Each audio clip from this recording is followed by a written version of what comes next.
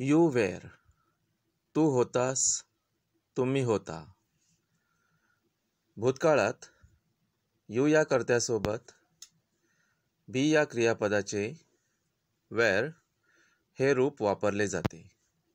उदाहरणार्थ, you were in the office, तू ऑफिसमध्ये होतास, तुम्ही ऑफिसमध्ये होता.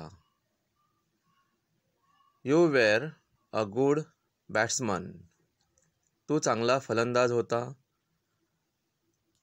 यू वेर गुड बॅट्समॅन, तुम्ही चांगले फलंदाज होता.